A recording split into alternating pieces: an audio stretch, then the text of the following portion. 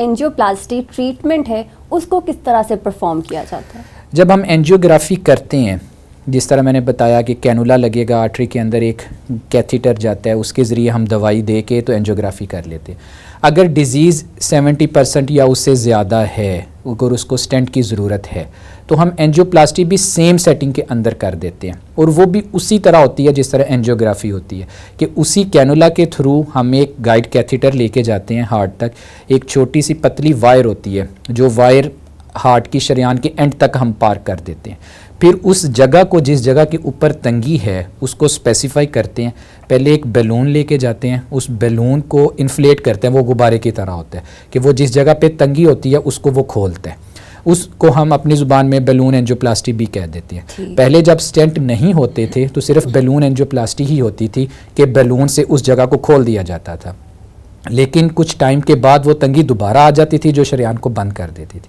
अब स्टेंट आगे हुए हैं, हम उस बैलून को खोलने के बाद उस जगह को, उसके अंदर स्टेंट लेके जाते हैं। स्टेंट बेसिकली एक, अगर आम जुबान में मैं समझाऊं तो एक जाली की तरह एक छल्ला सा होता है, जो नॉन इन्फ्लेटेड हम लेके जाते हैं उस जगह के ऊपर, जिस जगह को हमने खोलना है उस जगह पे रख के हम उसको इन्फ्लेट कर देते हैं। तो इन्फ्लेशन के बाद वो हार्ट की वाल, जो आर्टरी की वाल होती है, उसके साथ वो अटैच हो जाता है, कि यानी कि जो इंटरनल ल्यूमन होता है ये उसको ओपन कर देता है। वो एक छल्ले की तरह ऐसा गिर्द वो एक जाली बन जाती है जिसके अंदर से फ्लो जाना शुरू हो जाता है।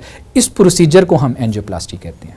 स्टेंट की टाइप्स कितनी है? क्या ये एक ही टाइप है और हर पेशेंट में एक जैसे ही स्टेंट्स डलते हैं, या पेशेंट टू पेशेंट वेरी करता है? पहले आज से कुछ अर्सा पहले, 20-25 साल पहले, जब बहुत ज़्यादा एडवांस चीज़ें नहीं थी, उस वक्त जो स्टेंट आते थे वो नॉन मेडिकेटेड होते थे, जिनको हम बेयर मेटल स्टेंट भी कहते हैं। वो स्टील के या इस तरह वो बने होते थे।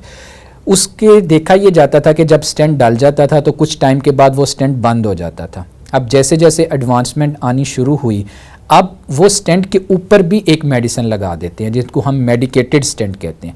तो मेडिकेटेड स्टेंट का फ़ायदा ये होता है कि स्टेंट एक तो आर्टरी को भी खुला रखता है, और वो एक मेडिसिन रिलीज़ होती रहती है जो स्टेंट को बंद होने से रोकती है।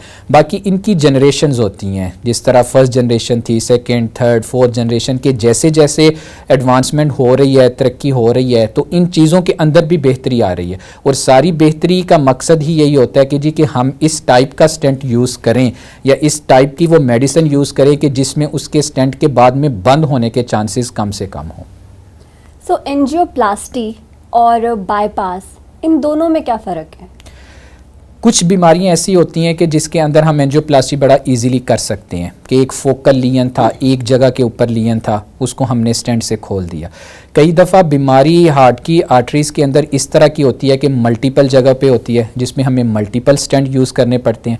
या बीमारी किसी ऐसी जगह के ऊपर है, बिल्कुल उसकी शुरू में है, जड़ पे है बीमारी, जहाँ पे हमें लगेगा जी कि स्टेंट के उतने ज़्यादा अच्छे चांसेस नहीं हैं, बंद होने के चांसेस ज़्यादा हो सकते हैं, ये स्टेंट डाल नहीं सकता, तो उसके अंदर फिर जो ऑप्शन होता है वो बाईपास होता है। Bypass is a totally different from angioplasty. Bypass एक ओपन हार्ट सर्जरी होती है कि जिसमें हम हार्ट के सीने को खोलते हैं, खोल के हार्ट की शरीयानों को बाईपास कर देते हैं।